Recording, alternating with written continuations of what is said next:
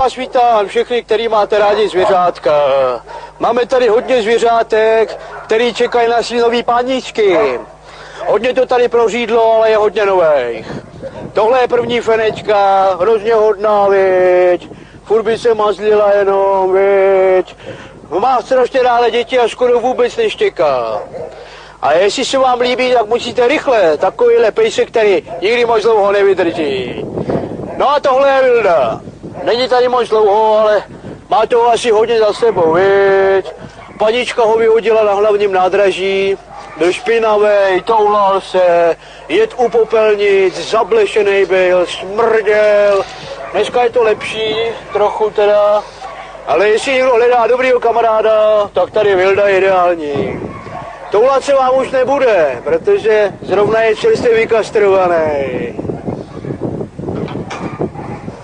Takže jestli se vám nějaký zvířátko líbilo, přijďte co nejdřív, protože, jak říkám, řada takových zvířátek tady nevydrží ani do konce tohle pořadu. Viď?